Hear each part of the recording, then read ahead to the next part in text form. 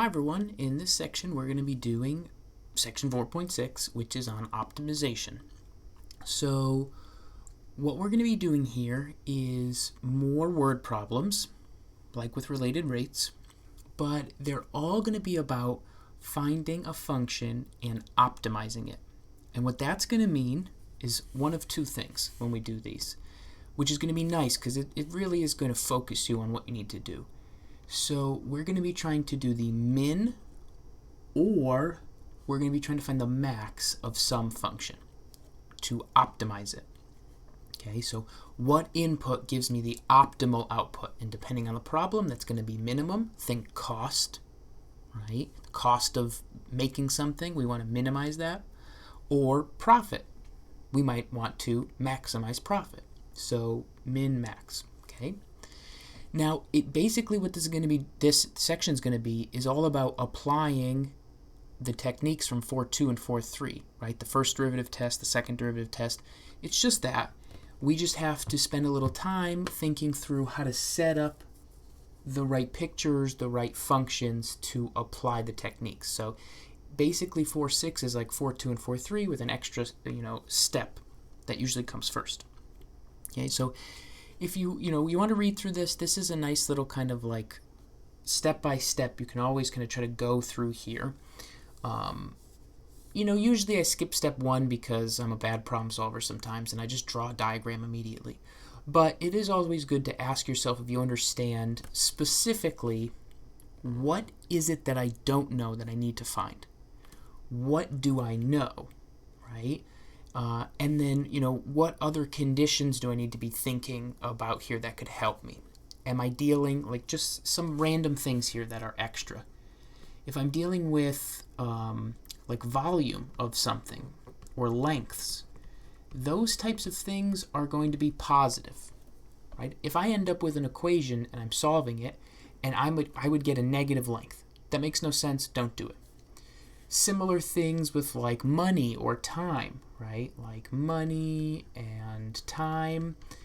We know we can restrict these different things to specific values.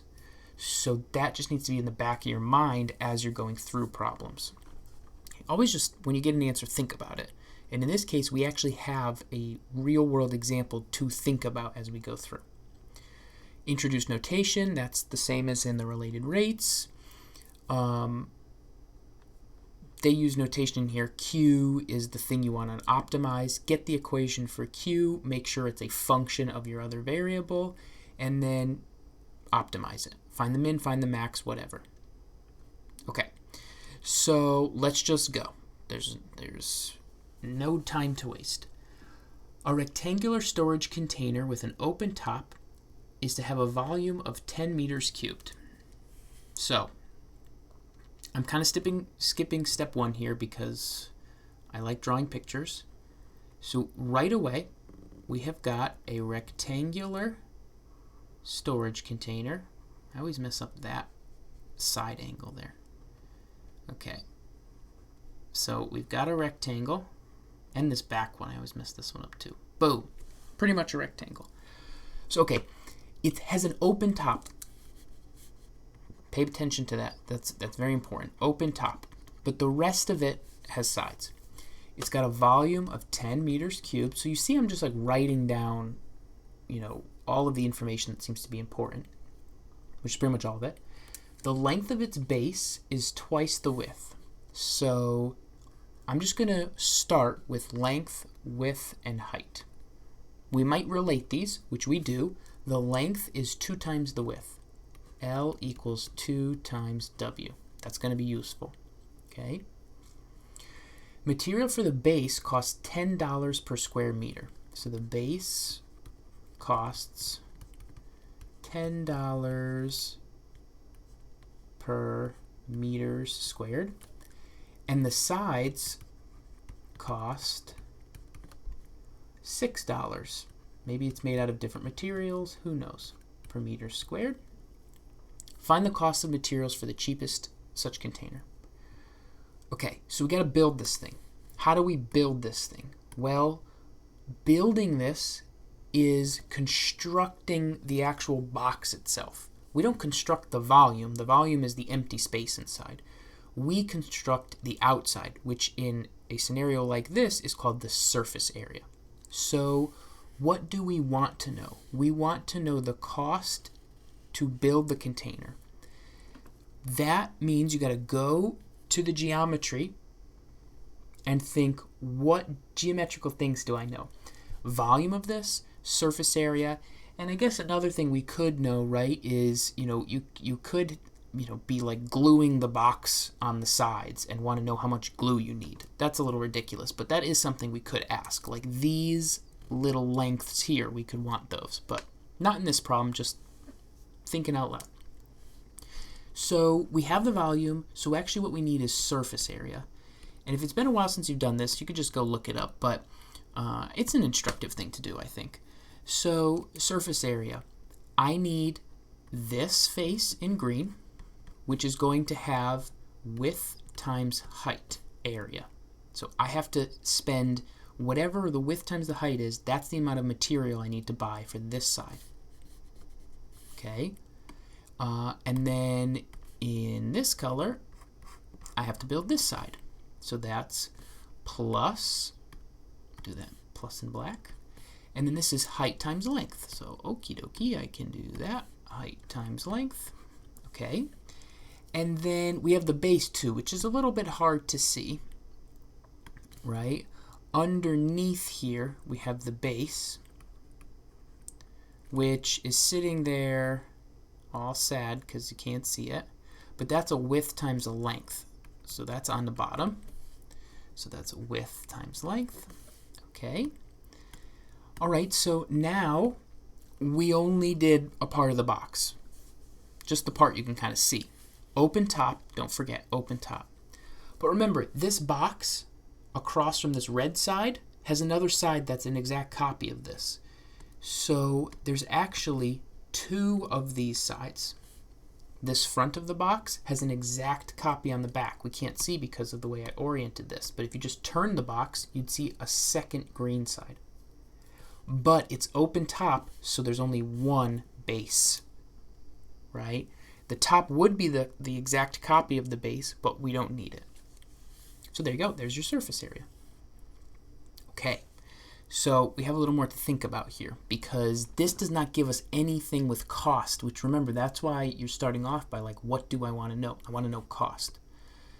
Okay, so how am I going to figure out cost? Well, I have to take the price per meter squared and multiply by how many meters squared I need to build. Okay, well, the green is a side, so that's going to cost $6 per meter squared. Look, meters, meters, meters squared. So, okay, I'm feeling pretty good about that. So that's $6 times 2W times H. So I have now paid for the green. So this is me paying for the green side. Okay, let's keep going. Plus the red side. 6 times 2 times height times length. So okay, I've paid for both red sides of the box. Good. Now the base is a little different, right? The base costs $10. 10 times width times length. So now I have paid for the material to build the base. Okay. So awesome, I got a cost function. I want to make it cheap. That's minimizing, so that's feeling pretty good. I can minimize a function, not too bad. But what's the problem? Look at all of these different variables. We can't have that, so we need to figure out a way to combine all of these. And it goes back to what's called, in a problem like this, the constraint. So if you're trying to think about like what a constraint is, just stop and think about this without the volume. What's going to make the cheapest box? Just keep making the box smaller. That'll be cheaper. I'm done. Well, we want the box to hold a certain amount. That is constraining this equation. Because otherwise, the minimum of this equation would be no box. I don't want to spend any money. But that's not what we're doing here. We're constrained to be forced to fit 10 cubic meters in there. So then what you should start thinking is like, okay, what are the options? Well, it could be like super long, but not very thin and not very tall, or really tall and not very wide or long. All these different boxes you can make that would fit 10 meters cubed. You might have an idea of, kind of an idea here of what this really will look like, but for now, let's just pretend we have no idea. So, okay, we have to get one variable in here. And the way this is going to work is our constraint plus some extra information. These two are going to come together to help us simplify this. And the way this is going to work is, well, L is 2W. So immediately, let me actually put this in this blue so you could see. That's not blue. Make you blue. So you can kind of see where I'm going with this. So I'm going to rewrite the cost function. Okay, so that's cost equals 6 times 2W times H plus, and then actually I should just multiply these. 6 times 2 is doable. 12 times that plus 12 times H times, not L, 2W. Okay, that's coming from the blue. All right. Plus 10 times W times, not L, 2W. So you're seeing how I'm already almost all the way there to turn this cost function into just width. Now, what about height? Like, I don't have an equation right here with height and width, but you do. We still haven't used the constraint. We haven't constrained yet. What we have to remember is that the volume of a box like this, volume is length times width times height. What do we know? We know the volume is 10 meters cubed. That's going to be the length. Just kidding. It's not going to be the length. It's going to be 2 times W, because I want W's. Okay, times the width, because the width seems like the variable that's everywhere, so let's just keep it that way. And then times height. Okay, so this is going to look like a little confusing, but remember, we're just trying to get H in terms of W.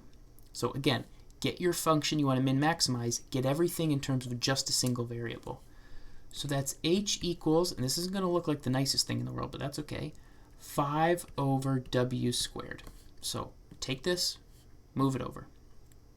So then altogether, the cost function is equal to 12 times W times 5 over W squared. Again, where's that coming from? Am I going to run out of colors? Never. Right? Just substituting the H in. Okay. So then that's plus 12 times, okay, I see another H, right? So that H is going to become a 5 over W squared times, and then we've got the 2W plus 20W squared. That's just me simplifying there. Let me purplize this one. And actually, we can do some combining of these to make this easier before we start trying to optimize. So let's do that real quick. Cost equals W on top, 1 on bottom, those cancel.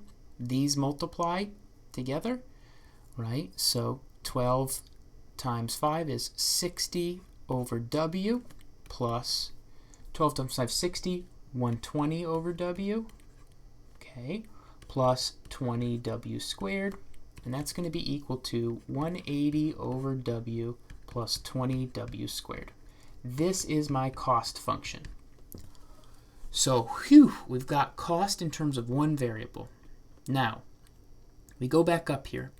What did we want to do again? We want to find the cost of materials that we can pick out to make the cheapest such box. I need to fit 10 cubic meters in there. I don't care how exactly. I want to make a box, but it can be of whatever dimensions as long as it fits this and is cheapest. Okay, the 10 meters cube is baked into this formula already. We did that here. So then I just need to minimize. How do I minimize? Well, I need to find a minimum of a function. Immediately take the derivative. Okay? Cost W, which if you want, you could call C of W, right? You can use this if it's a little nicer for yourself. That's fine. Okay? That's equal to C prime now. Right? Move this W up to the negative 1. So this would be negative 180 W to the negative 2 plus 40 W. Okay, that's my cost function when I take the derivative. All right, mins, maxes. Where's that going to happen? Where's that going to happen? Well, remember, a min or a max. So where am I going to get a min? That can happen when the derivative is equal to 0 or the derivative is undefined. Right? That's what we learned in 4.2.4.3. So looking at this, I'm going to rewrite it to make it a little easier to see what's happening. Okay, well, this is not defined when W equals 0. And so you might just be like, hooray, I've minimized. Well, come on, you just built no box, right? This doesn't make any sense. There's no box anymore. So no, that's not right. W is 0. Don't make a box with no width. This is not helping. So this is no good. So then we have to go, okay, what about when we're 0? So what does that mean? It means this is equal to 0. So that's negative 180 over W squared plus 40W equals 0. Move over. You're going to get 40W equals 180 over W squared. And then there's just some algebra steps, right? Move the 40, move the W squared. But altogether, we're going to get W cubed equals, and then we're going to get 40 under, right, the 180, which is the same thing as 18 over 4. Okay, and unfortunately, that doesn't go in too nicely, but that's okay. All right. And so then we can plug this into a calculator because what we're going to need to do is take the cube root of this. Boom. So we can just leave it like that, actually. That's fine, right? That's meters. But if you would like to see what this is, we can, as at least just a decimal, we can do that. This is about 1.65 meters. Okay, so we got the width. Now what? So at this point, we have to just go back up. What did we want? We wanted the cost of materials for the cheapest container. So we know the width. How do we get the cost? Well, we made a cost function. So we can plug our 1.65 in. Again, this will be approximate because we rounded, but that's okay. All right. And so we just go up to our original cost function, right, which is right here, 180 over W plus 20 times W squared. 180 over W plus 20 times W squared. So the W, again, we found the width already. So we can plug this into our calculator, 180 over 165 plus 20 times 1.65 squared. Okay. And we get about $163.54. That will be the cost for us. So I don't really know what we're making our box out of or anything, so I'm not going to say if I think that that's a good deal or not. But that's the best deal we're getting for what we were given. So a lot of work here, but hopefully the calculus piece of this is not really that bad. We just take our derivative and use any of our tests from 4.2, 4.3 to figure out where the minimum is. And then we finish it off by saying, okay, we found the minimum width. Now what's the actual cost value there? A baseball team plays in a stadium that holds 55,000 spectators. With ticket prices at $10, the average attendance is 27,000. When ticket prices have been lowered to $8, the average attendance rose to 33,000. So we're asked in this problem to find the demand function, okay? And so the demand function is a way for us to pick a cost and connect it to how many people are going to come, the demand, right? How many people will buy your thing, in this case, a ticket, okay? So what this demand function does is it connects the cost to the number of, in this case, people, right, buying something, but really it's the tickets, because the people don't matter. It's all about that ticket money. So the cost of the ticket connected to the number of tickets sold, okay? So here's the thing. Let's assume it's linear, right? So what do we know? We know that at $10, there was 27,000 tickets sold. And we know that at $8, there were 33,000 tickets sold. So, okay, from this, we can make a function out of this. And again, it doesn't have to be linear, but just for simplicity's sake, let's make this linear. So how do we do this? Well, you know how to make a line, slope. So we can do this, rise over run.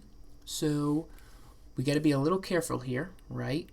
Thinking about this, it's natural to just plug in a bunch of the big numbers minus small numbers and go. But what do we have here?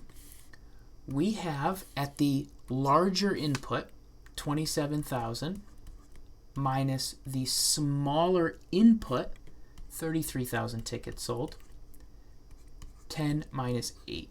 Our slope should be negative, right? Because as we drop the ticket price, we get more and more and more people. So careful with that. So this is going to end up being negative 6,000 tickets over, and then this is $2, which ends up being negative 3,000 over $1. So based on our function, right, what's this saying? It's saying if I decrease the price by $1, right, and so really it's a little confusing. To see this a little bit better, you might want to rewrite this like that. Right? You could do this you could think either way. This way, I'm saying if I decrease $1, I'm going to get 3,000 more people. This one's saying if I go up $1, I'll get 3,000 less people. See how that's the same thing? Negative could be in any place, and you can still interpret it correctly. Okay, so then we have our formula, right? The demand equals, so then we have our slope, negative 3,000. Okay, and then we just have to name this, right? So let's call the ticket price T, and then the demand D. Okay, or, you know, it would probably be a little bit better to call this P for price. You could do anything you want, though. Just tell me what you're doing. So this is going to be the price minus, and then what point do we want to use? It doesn't matter. Let's just use 10. Why not? 10, okay, plus 27,000. That's my function. Now we can, you know, write this as y equals mx plus b, which we'll do in the next step, but still, that's it. What should ticket prices be to set maximum revenue? Don't just jump into this without thinking. Let's first do that little simplification here, right, to make this y equals mx plus b. This is negative 3,000 p. This is going to get hit here, right, and this is going to end up becoming a positive 30,000, which is going to end up making this 57,000. So, okay, we have our D.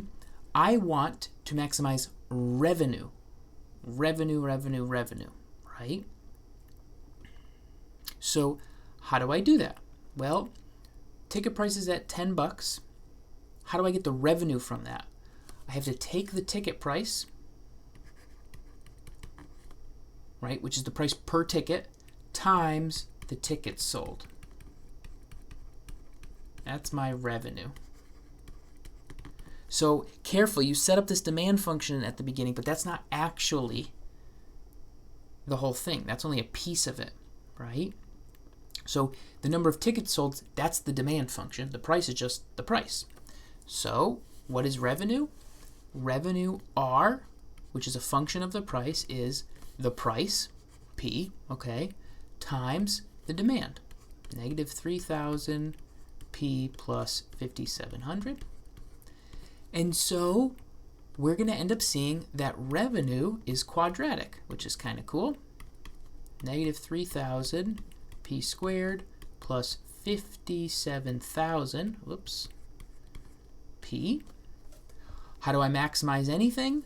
Well, let's start taking derivatives. Do the derivative. This isn't a bad one to do. Negative 6,000 P plus 57,000. Okay. Where is this going to be at a maximum? Well, I always look where the derivative is 0 or doesn't exist. It always exists here, so I'm looking for r prime of P is 0. So 0 equals negative 6,000 P plus 57,000. All right, move some stuff over. This is going to end up, after moving this and dividing, being P equals 57,000 over 6,000. Negative goes away, of course, because I had added that over. Right? So then that's going to end up being 57 over 6, which is $9.50.